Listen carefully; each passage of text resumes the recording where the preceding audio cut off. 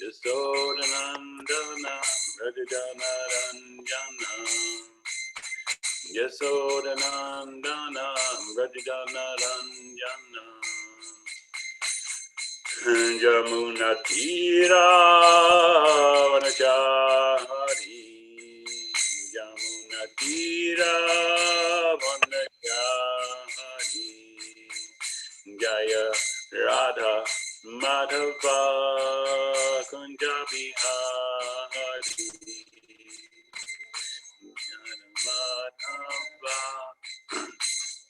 Bihari Gopijana Balaba Girivaradari Gopijana Balaba Girivaradari Yasodhanandana Brajajana Ranjana Yasodhanandana Brajajana Ranjana Yamunatira Vanachari Yamunatira Vanachari Jaya Radha Madhava Kunjabi Hari Jaya Radha Madhava Kunjabi Hari. Okay. Jai Om Vishnu Pad Paramahamsa Prabhajakacharya Sadhara Sadha Shri Śrīmad Divine Grace A.C. Bhaktivedanta Swami Srila Prabhupada Ki Ananta Koti Vaishnava Vrinda Ki ISKCON Founder Acharya Srila Prabhupada Ki Prem Se Gaur Shri Krishna Chaitanya Prabhu Nityananda Shri Advaita Gadadhara Shri Vasari Gaur Bhaktavrinda Ki Shri Shri Radha Krishna Gopinath Cham Kun Radha Kun Giri Govardhan Ki Shri Vrindavan Mathura Dham Ki Shri Navadvip Mayapur Dham Ki Shri Jagannath Puri Dham Ki Ganga Mai Ki Jamuna Mai Ki Bhakti Devi Ki Shrimati Tulsi Devi Ki Samaveda Bhakta Vrinda Ki Gaur Premanandi all glory is the symbol of devotees, all glory is symbol of devotees, all glory is symbol of devotees, all glory to Shri Guru and Shri Guranga, all glory is to Shri Prabhupada. Okay? Hare Krishna, dear Vaishnavas, thank you so much for joining today. We are very, very fortunate and blessed that we have His Grace Ramiya Prabhu, and I'm especially blessed to be sitting right next to him. So most of you already know him quite well, but for my purification, I'll repeat that Prabhuji is a very, very senior disciple of Srila Prabhupada, has been preaching in the mission of Lord Chaitanya to please Srila Prabhupada for around 45 years. That's more than most of our age who are present in this group. So that just shows a sign of great sincerity, devotion, and enthusiasm and steadiness on the path of bhakti. So we are very, very blessed and glad that Prabhuji is enlightening us with the Śrīmad-Bhāgavatam. So let's welcome him by loudly chanting 3 times. Hari Bol, Hari Bol, Hari Bol. Thank you, everyone.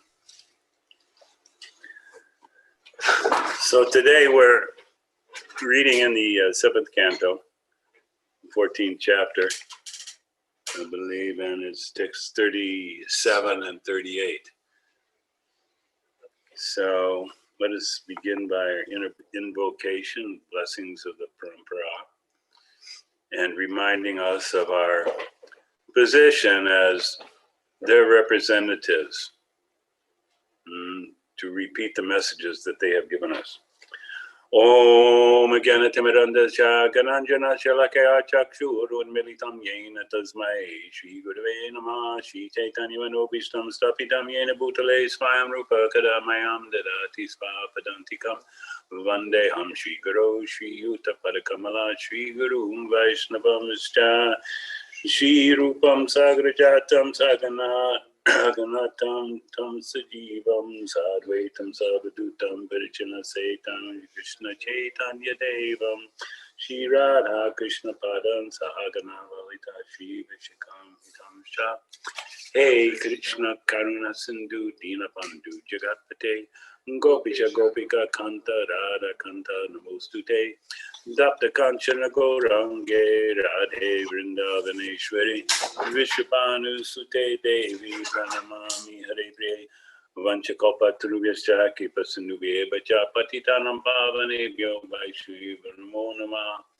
Jai Shri Krishna Chaitanya Prabhu Nityananda Shri Advaita Gadadhara Shri Vasari Gaur Bhaktivinoda Hare Krishna Krishna Krishna Hare Hare Hare Rama Rama Rama Hare Hare. Om Namo Bhagavate Vasudevaya. Om Namo Bhagavate Vasudevaya. Om Namo Bhagavate Vasudevaya. Om Namo Bhagavate Vasudevaya. Om Namo Bhagavate Vasudevaya.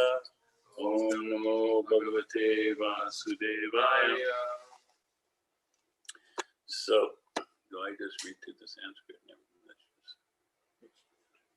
So, reading from Srimad Bhagvatam, Canto 7, Chapter 14, Text 37.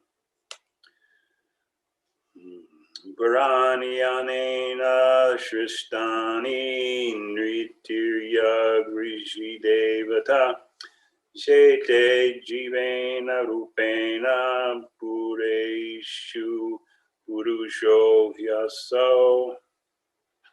Just one time is good. What is that? That's good.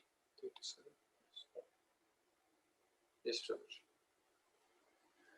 So, word for word, Purani, residential places or bodies, Anena, by him, the Supreme Personality of Godhead, Shristani, among those creations, Nri, man, Tiryak, other than human beings, such as animals, birds, etc. Rishi, saintly persons, Devata, the demigods, Sheti, lies down, Jivena, with the living entities, Rupena, in the form of Paramatma, Pureshu, within these residential palaces or bodies, Purusha, the Supreme Lord, he, indeed, Aso, he, the personality of Godhead.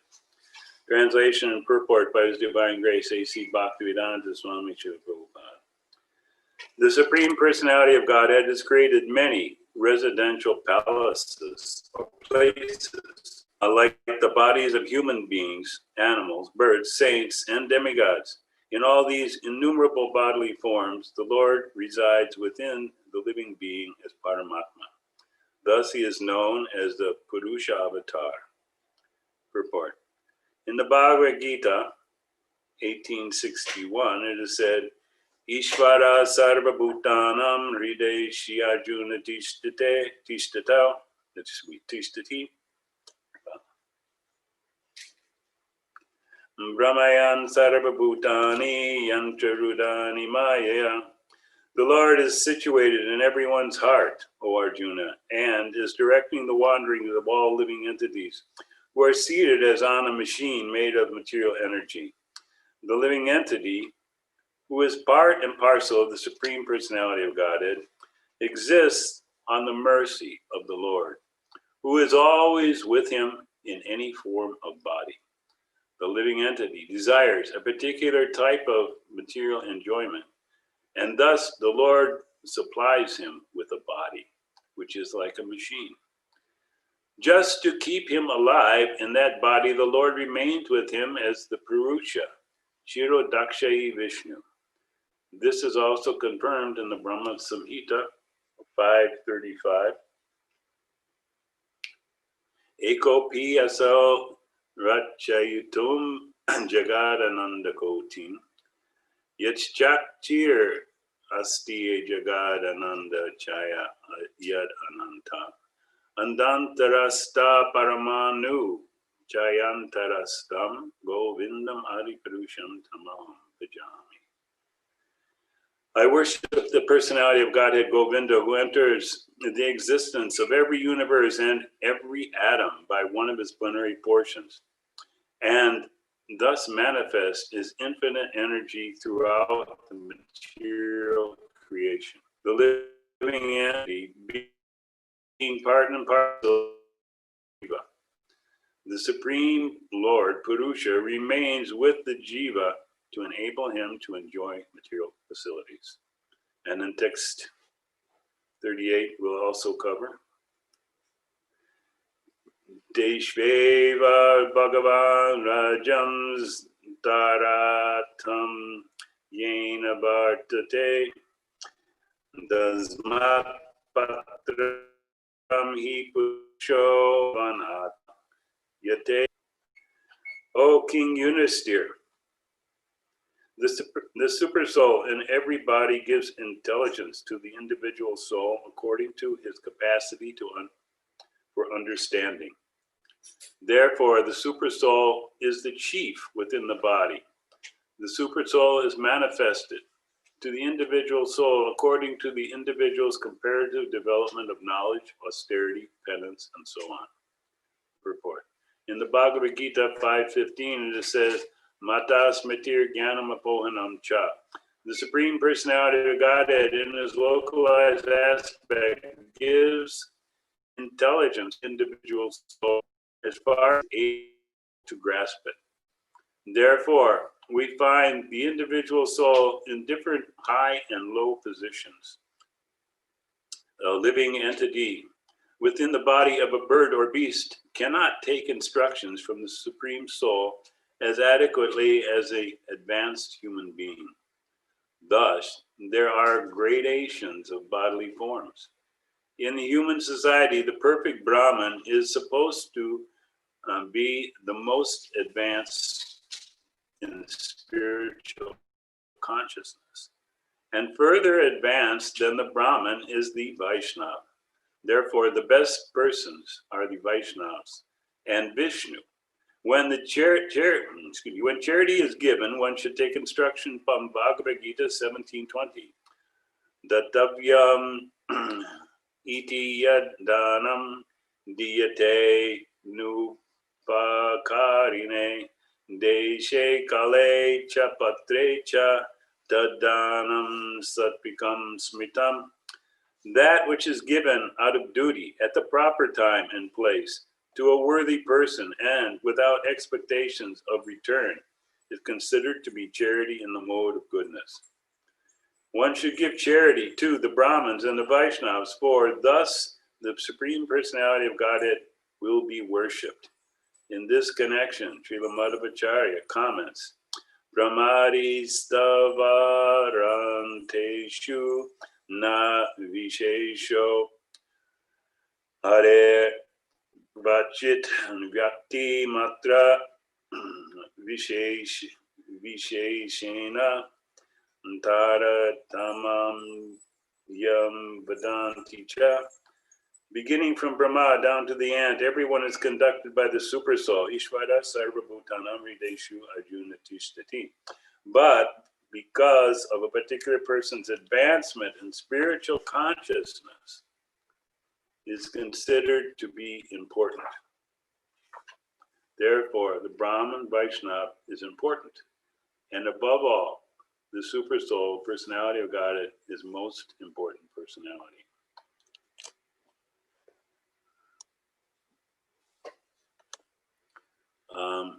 Okay, I just want to see if I can, is it possible I can share my screen here? Oh, sure. Yeah, Please try now. See if this one comes up.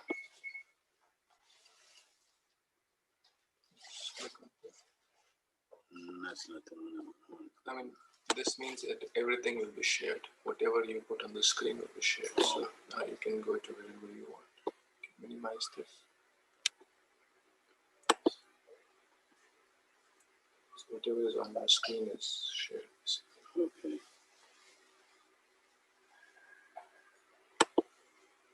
There. So now you are seeing, oh, excuse me, that didn't, I would want to hold that. Now we're seeing the picture of the super soul.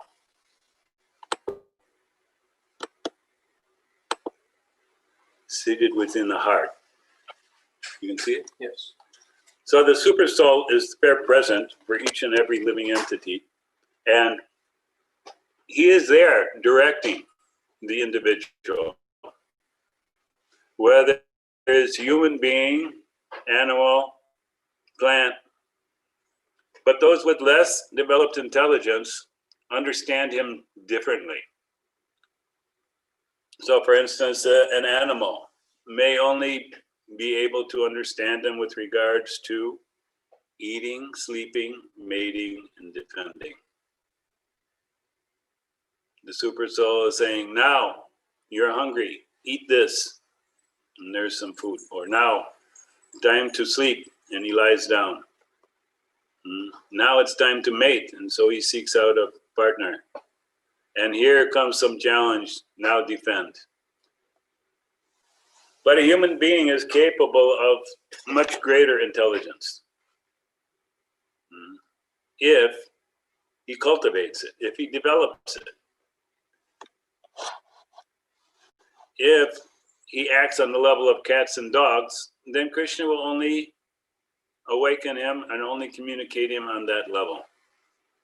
If he has developed his intelligence by understanding the Shastra, by understanding the great saintly persons, by practicing penances and austerities, he may be understand more deeply about the nature of himself. He may be able to understand a little bit about Kṛṣṇa as an all-pervading presence within the universe. He may be able to understand different gradations of spiritual knowledge. It is well known that, for example, they've had research done, and they talk to persons like great music composers, like Bach or Beethoven, those type of level. And they say, how do you come up with masterpieces that you've written? And they will say that some of their work, and all of a sudden, snap, something comes into their brain. And then they put it down and they get some inspiration. So they call it inspiration. But Prabhupada says that the inspiration is all coming from the super soul. He is giving the intelligence, he's giving the direction to all the living entities. But the ordinary living entities, what do they do when they get that inspiration? They take the personal credit. I did it. I invented. I wrote this symphony. I invented the light bulb. I invented the car. I invented so many. I did this. I did that. Look, see how great I am. But those who are wise in the knowledge of Bhagavad Gita, they know that whatever, that we actually sit within the body and we actually do nothing at all. We are sitting as a passenger within the body. And Kṛṣṇa, as super soul, is directing, go here, go there. Just as Kṛṣṇa directs Arjuna on the chariot, taking the chariot left, right, forward, backward, whichever direction is required. You want to meet Duryodhana, he takes the chariot right in front of Duryodhana. You want to meet Bhishma, he takes to Bhishma, like that. So this is the position, but those who have no knowledge, they do not understand how this is happening, and they're trying to take credit for it. Those who have a little bit of austerity, a little bit of penance in their life, they may actually understand that this knowledge, this inspiration I'm getting is coming from some other source. It is not me. Because unless it comes in somewhere, somehow, then I don't have it. There's nothing within me. I can just delve in, find this inspiration, this knowledge. But the scientists do not research in that direction. The scientists are not looking, as the yogis do, for the super soul as we have here, presented in this beautiful picture. They're not looking for him. They're looking at all the creations of Kṛṣṇa. and thinking that I am in control of all this. I am the one who's doing everything. And so they get pride. Now, pride is one of the downfalls of the devotee as well. He has to be on guard, not to develop unnecessary pride. Because pride means I think I am the doer. By my energies, by my efforts, I have accomplished something. But those who are in real knowledge, they know that they cannot take credit for anything. They simply are desiring something, as we read, and Kṛṣṇa fulfills. Like a person getting in a cab. He simply sits down in the cab, he says, take me to such and such location. And the driver goes. Is that person directing? Is he driving? He doesn't even have to know how to get there. He just tells the driver and he arrives. But if he doesn't have sufficient punya, good credit, then he cannot pay the bill. And then he won't arrive. He may go some other place. So Kṛṣṇa is there, present in everything. And those who are developed in their consciousness understand and feel and give credit to Kṛṣṇa. They are always in an attitude of gratitude, thanking Kṛṣṇa for all that he's provided, all that he's done. And they're asking Kṛṣṇa to please deliver me. Where? To that place where you alone are the king, and that you are there in the spiritual realm, that I can be free to associate and worship you with great love and affection, surrounded by your loving devotees. So a devotee has that desire. And a devotee, because he has a certain form of the Lord that he worships and is most attracted to, and Prabhupada explains that that is the form that actually becomes present within the heart. If one is worshipping and meditating on Shyamasundar, the threefold bending form of Kṛṣṇa, holding a flute with peacock feather in his hair, beautifully dressed with pitambar, dhoti, and beautiful garland of flowers, tulsi leaves on his feet, and the Lord will appear in that form. Reciprocate with him. So,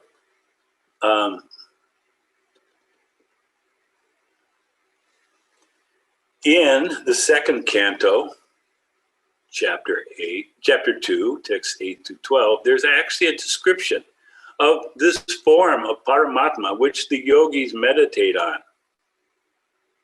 And it goes, the translation is as follows. Others conceive of the personality of Godhead residing within the region of the heart, measuring only 8 inches, with 4 hands carrying a lotus, a wheel chariot, a conch shell, and a club, respectively. So the yogis are meditating on this very specific form of the Lord that is within the heart as 8 inches. And he's carrying all these 4 different items in his respective hands. And Prabhupada gives further indication that according to which order the Lord is carrying the different items, he is differently named. And he resides there in the Vaikuntha planets in these different forms, such as Janardhan, Purushottam, Achyuta, Nrsimha, Trivikram, Rishikesh, Keshava, Madhava, Ananta. Get some water.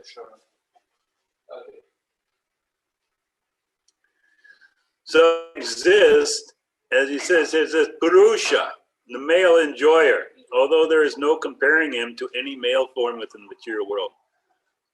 So the Lord is existing in the heart, and actually he is the enjoyer. He is the chief personality. The living entity is there as well, but the Lord is actually the true enjoyer.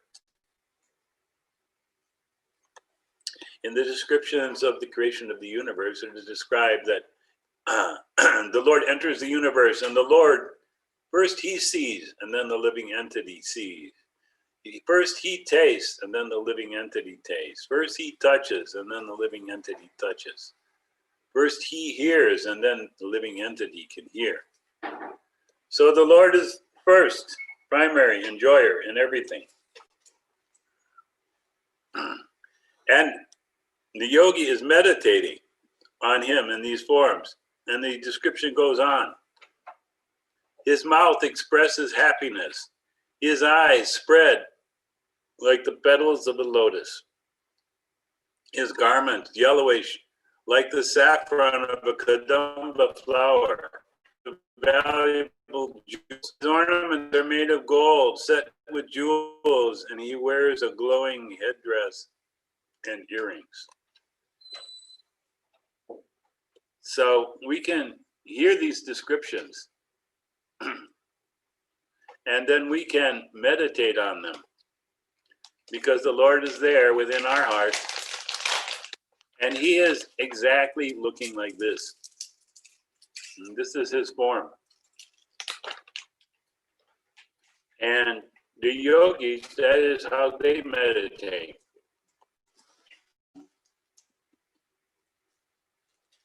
We have the examples. The yogi, see, here's the yogi meditating on Paramatma within the heart. And Dhruva Maharaj, he was meditating on the Lord within the heart with complete focused attention until something happened. At one point, he could no longer see the Lord, and it broke his meditation. And he opened his eyes, and there he was, standing in front of him. Beautiful. You can see it? Yes. So the Lord is like that. He appears in front of the devotee, being pleased with him, and he benedicts him, just according to how the devotee meditates on the Lord. And we have another devotee, Narada Muni. He also meditated on the Lord, and he saw the Lord. And then what happened? What happened was the Lord, after giving him darshan, disappeared. And Narada Muni tried very diligently then to meditate again on the Lord, unsuccessfully. He could not bring that form in front of his vision again by his own efforts. And then he heard a voice in the ether that you will not again see me in this lifetime, but you should continue practicing your devotional service, meditating on me. So this was the examples we have in the Śrīmad-Bhāgavatam. For persons who are meditating on the super soul and they're focused on serving the super soul. His form, his mouth is smiling slightly, eyes like lotus petals, brilliant yellow garments, wearing valuable jewels and ornaments of gold and a beautiful golden headdress and earrings.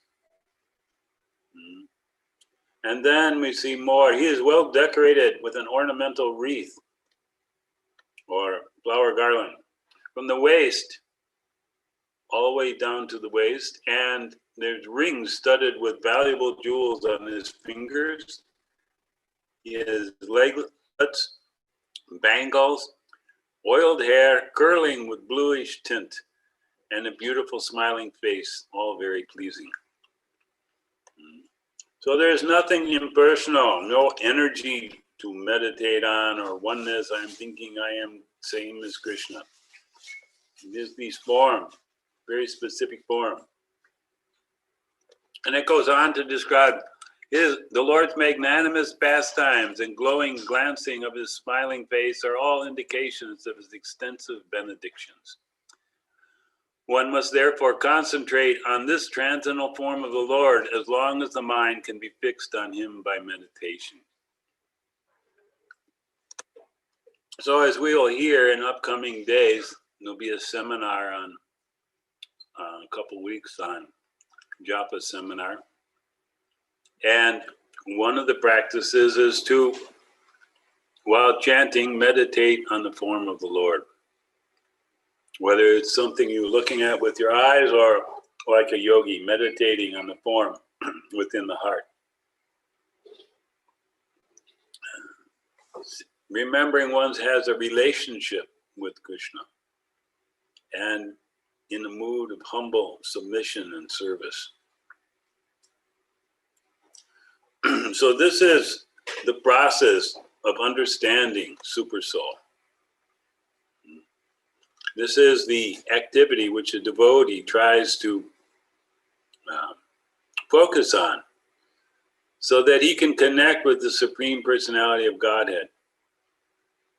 He can begin to understand his glories and worship him through bhakti.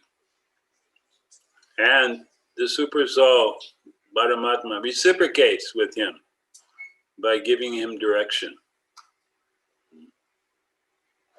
Direction, what kind of direction? Direction to how to return back home, back to Godhead. So this is the direction the devotee wants. He doesn't want to know how to become a millionaire. He doesn't want to know how to invent the next iPhone. He doesn't want to know how to write a great symphony. He wants to know how to return back home, back to Godhead. And that is the greatest achievement for the living entity. To be able to return back to Godhead means to give up this endless cycle of birth and death, of continuous suffering. As Krishna says, Abrahma Bhuvanaloka Punar Janma Navijate, from Brahmaloka down to Patalaloka, every place in this material world is a place of suffering and misery.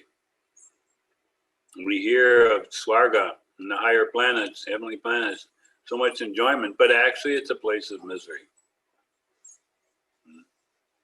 Why is that misery? Especially it's misery because it is temporary. It cannot be maintained for indefinitely. It must end. Like all things in the material world, there is a beginning and an end. And when it's over, the living entity laments, I had such a nice situation and now it is gone. And according to his intelligence, he may endeavor to again retrieve it. But it comes and goes. This is the nature of material energy, is very temporary, very flickering, and always full of suffering. So those who are very wise, they understand this. And they are trying to make solution to this particular problem, the core problem of material life, birth and death. So Kṛṣṇa describes that he is the friend of the living entity. He is there within the heart and he's in a friendly position. He is not, as in some religions, the uncompromising, judgmental, supreme person, but rather he's in a friendly position. And a devotee is meant to realize that friendship of the Lord, that the Lord is so kind and so magnanimous that he has been following me through every birth and providing everything I need and simply waiting when I will return again to him. So the Lord is very patient.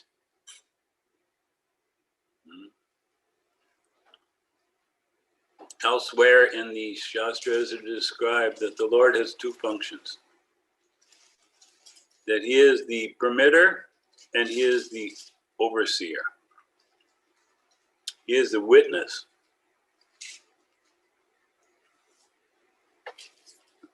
Like one time Prabhupada explained that when he was going to school as a young boy, he went to Scottish Churches College. And I think the professors were all European from maybe Scotland. And the one professor was saying, yes, I've heard of reincarnation, but I don't believe it, because it indicates that there would have to be a witness to all the activities that the living being does to award him the next result. But where is a witness? I do not see. But Prabhupada explains that there is always a witness. The Paramatma in the heart is always witnessing everything. And the living entity wants to do something. It requires the permission of Kṛṣṇa. Even the thief is praying, my dear Lord, please allow me to steal this man's valuables. And then Kṛṣṇa may permit him. So this way, the Lord is within the heart. And he's giving fulfilling the desires of the living entity from time immemorial. But the problem is we don't desire the right thing. We desire all the things that are not good for us. They're not valuable. And they're not helping us exit the material world. If one simply concentrates on trying to desire some things for material enjoyment, then he must stay here to enjoy and suffer the results.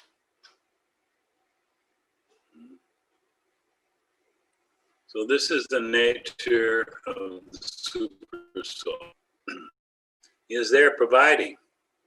Now for the devotee, as we have said, he is providing the knowledge, the direction, how to get out of this material world and return back to him. And each living entity has his own history, his own desires, his own proclivities. And so he must be directed specifically according to that history, according to those desires. In other words, each person has a specific flavor to their own path. What will be needed for the deliverance? Because we all have different inclinations because of our past lives and desires to do this thing or that thing, to be interested in this thing or that thing, with some form of material energy that we are attracted to. So Kṛṣṇa as the super soul is showing us how to get free from those desires, how to get free from those attachments, and how to return home back to Godhead. So within this section of the Bhagvatam, we are studying something called the ideal family life. So in the ideal family life, it is the life of grihastas. There are 4 ashrams: brahmachari, grihastha, vanaprastha, and sannyas. So in particular, in this chapter, Narada Muni is advising Yudhisthira, what is a grihasta's duty? And for most of the world, the grihastha ashram is the main ashram.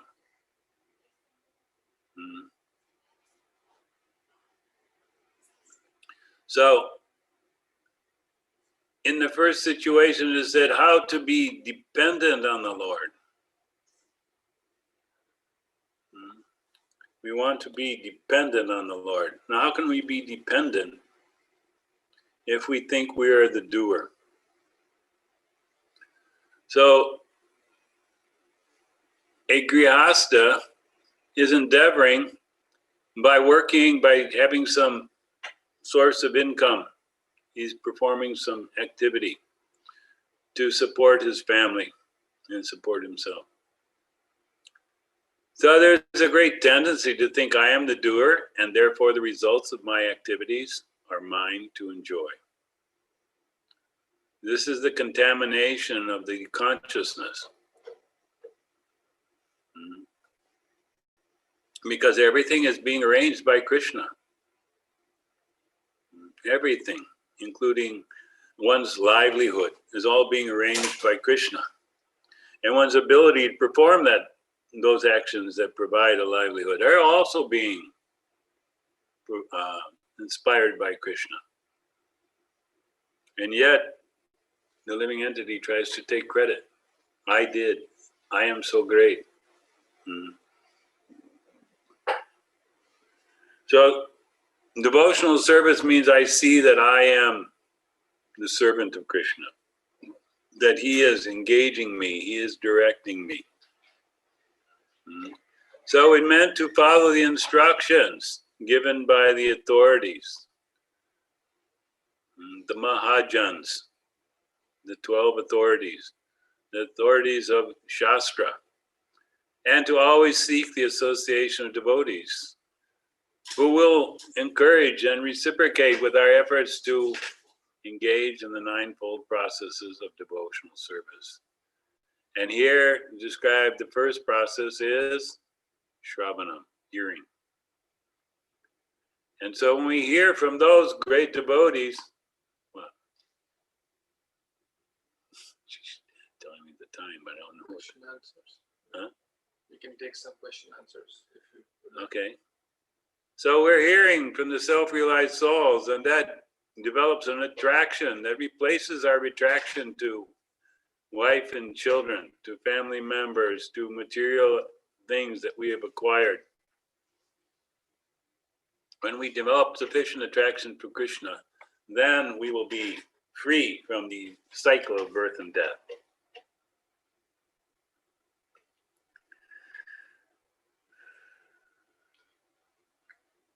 So let me stop here and have Shubha Vilas orchestrate the question and answers. So I'll not use my microphone, but I believe I'm audible. So thank you so much, Prabhuji, for this wonderful katha about Paramatma and dependence on the Lord. So since we have a hard stop at 10, for the next 10-15 minutes, we can ask if anyone has any questions or comments, reflections from these two verses or any other topic. So you can raise your hands at this point, and based on that, we'll do a few question answers. Yes, so dear Prabhu, please go ahead. Hare Krishna, Prabhuji, Dandat Pranam, all close to Srila Prabhupada. Very nice, realization you told, Prabhuji. Prabhuji, one thing I just wanted to, it might be a, silly question. So you mentioned that Krishna is in everyone's heart as Paramatma, and, he guides us. At the same time, you also said that, as Krishna, as Paramatma, he is also in the thief's heart. And the thief actually asks permission to Lord Krishna to steal, and Krishna accepts and approves it. So can you explain, is this because of the free will that Krishna has given, Prabhuji, that he is approving this type of activity? Yes, the living entity is always free to desire things that are not good for him, or not good for others. We have three modes of nature, and all living entities are in some combination of three modes of nature. In the modes of ignorance, people are performing activities which are going to destroy them and destroy others. But because of their previous activities, they are put in that mode of ignorance. They've acted, they've desired to be in that mode, and then they take up these kinds of activities. So Krishna is facilitating.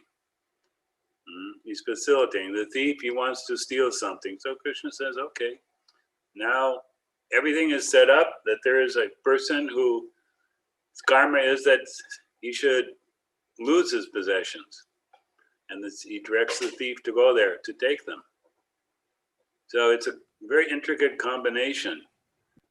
But Prabhupada also said one time, very interesting statement. He said, Krishna is telling the thief, the thief is praying to Krishna, may I steal this man's possessions? And the householder is praying, no, dear Lord, please protect, and no thief will come. So he says, and Kṛṣṇa, he's perplexed what to do. Of course, we know he's not ultimately perplexed. He's giving out the karma to the living entities. And we can see with the devotee, it becomes very interesting. Like in the story of Maharaj Chitraketu. We have like 4 more questions. So we'll do like short questions, okay. short answers. Kind of. I will shorten the question answer.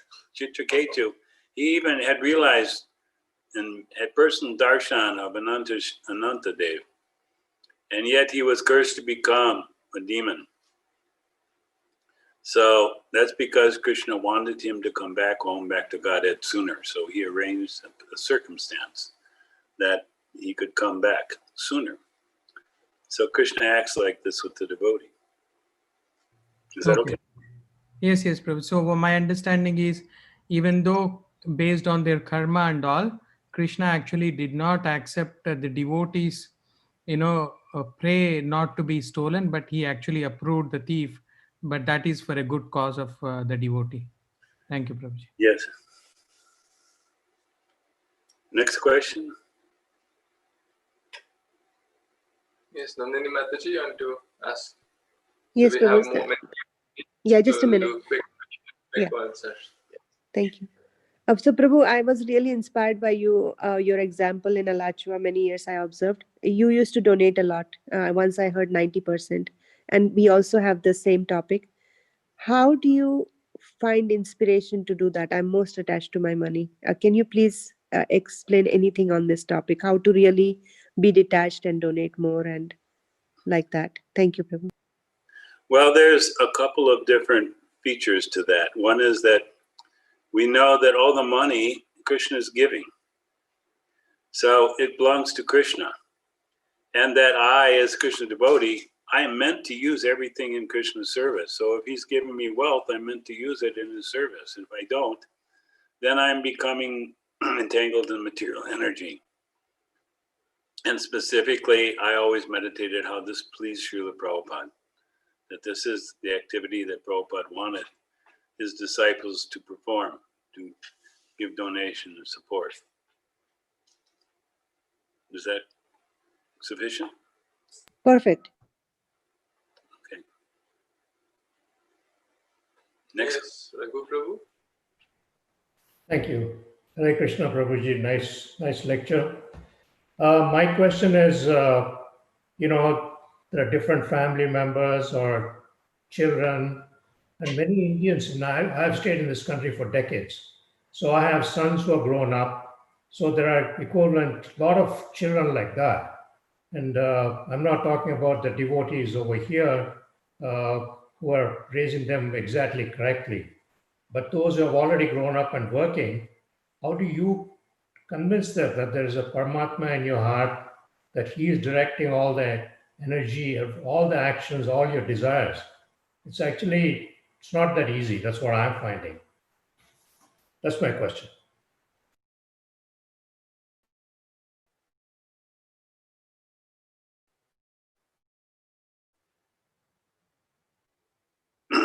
Well, that Kṛṣṇa reciprocates according to their desires. So like the Pandavas and the Kauravas were born in the same family, but they have different desires, and therefore they achieve different results. So how a living entity comes in one family and what his karma is a little bit of an unknown to us. But by setting a personal good example, people may be inspired. Generally, it is often difficult to instruct and advise family members, especially if they're not so inclined, because they all discount everything. I know my family members, they all think that, oh, he's joined some extreme religious group and he's into some fanatical things, and they don't even want to hear anything. Even though I've made multiple attempts to guide them and help them develop some spiritual thing. But they had their own spiritual path, and I just encourage them on their path, whatever that may be. knowing that they may not be ready to take up the path I'm on. That's what Prabhupada always stood, like if they're Christians or Hindus, you just tell them to be honest, sincere followers of that path. Is that okay? Yes, thank you, Prabhuji.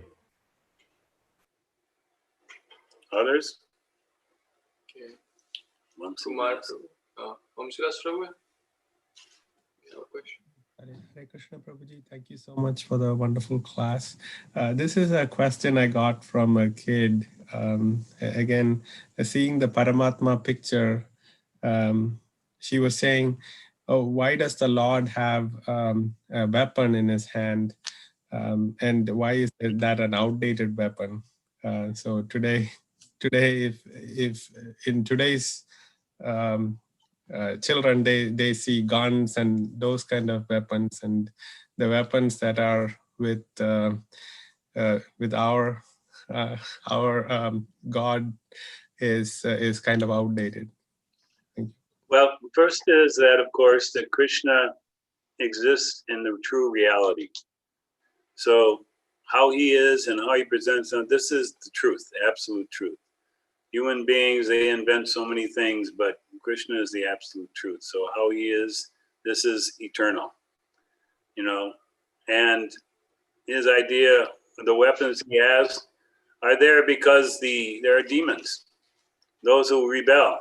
And Krishna has his method of chastising them, with the different weapons. They don't listen to his instructions, so he chastises them. It's like at the end of Kali Yuga, Kalki comes and he doesn't explain any philosophical knowledge. He just cuts the heads off, because the people are not capable or willing to listen to anything. And Krishna's weapons are supremely effective. People may think, oh yeah, the gun and the bullets are so powerful and the bombs. Krishna can do all that and more with the weapons he has. There's no difficulty. It's just we think we have achieved something wonderful and advanced, and it's not particularly at all. It's just an illusion. Thank you, Prabhuji. Excellent, Prabhuji. Got a quick question. So I was referring to a charity question again. So, so basically, charity in the mode of goodness is to give to brahmanas and to temples and Krishna and something associated with Krishna. Yeah, so, Vaishnava. Or Vaishnavas. So should we stop giving charity to other causes, like for example, if there is a typhoon or hurricane or whatever suffering is there, should we not give charity to all those causes? Thank you, Prabhuji. A little of this depends on your level of realization of the Shastra. I know myself from the very beginning, I was totally convinced that I could only donate in charity to Prabhupada and to the devotees and to Krishna. So in my office, they had this United Fund. Was it called United Fund? Different types. Anyway, and they were doing company-wide, everybody should donate. And they asked me for a donation. I refused. I said, only give to the temple. They asked me again, you're the only one who's not donating. Please donate something, even small. I said, no, I only donate to Krishna. So you know what happened after that? My boss got rid of me. Oh my God, okay. But it was all Krishna's arrangement because of that, I got to do my first trip to the Holy Dham of Vrindavan. All paid for. So you determine. I always understand that charity to persons who are not following Krishna consciousness are generally has karmic reactions. And how they use it, we may not even know. There are often reliefs of prasadam distribution devotees do organize in different situations. I don't know what they're doing at this current time with the virus, but there has been some prasadam distribution going on in India during the virus. So those are preferable, though that's the best charity. And for myself, I always thought I don't want to get involved in more karma. So let others who are not following Krishna consciousness, let them donate to these causes, and I will donate only to Krishna. That's my realization. Very good, Prabhuji. Thank you for a very nice example. Next. Hare Krishna. Any other questions? Last quick question, Prabhu. So we discussed that how Paramatma guides and the person in the heart, seated in the heart. So how do I know whether it is the voice of Paramatma asking me to do something, or is it my corrupt mind and false ego asking me to do something? Because it's easy to say, "Oh, Paramatma told me this to do." They hear you? Yes, I think they're hearing. Prabhu, you hear me? Can anyone hear Shubhavil's question?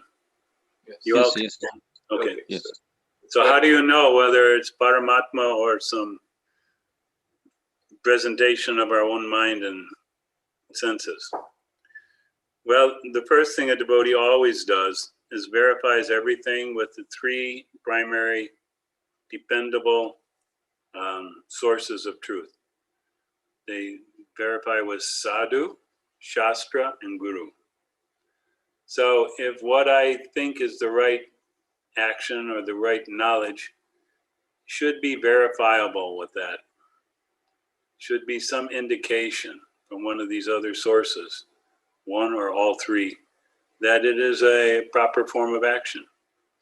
And we may not be clear about that, so then we should seek out, especially on important decisions, advice from a sadhu or guru, depending on what we have available. That's why it's very important to always have someone that you can talk to, who can help you sort these things out. Because we know, and especially in the beginning stage of devotional service, most likely it's our mind and senses. Because I think a devotee one time even asked Prabhupada, well, is Krishna communicating? And he said, no, check with me. Because, he knew that we were not on that platform yet, with Krishna. And Prabhupada, he was speaking with Krishna directly. One time, a reporter asked Prabhupada, so how do you guide people? Where do you come up? And he said, one of his disciples spoke up, no, Krishna within the heart guides Prabhupada, gives him intelligence, and then he speaks. And Prabhupada said, no. So Krishna tells me directly. So for the very advanced devotee, it's like that. Krishna will tell him directly. Thank you, Prabhuji. Thank you so much. So we will pause here for today. Prabhuji, one last question. One last question, please. Okay. Please turn your Yes. camera down so we can, see your. Okay. Yes. Yeah. Yeah, she is from. Hare Krishna.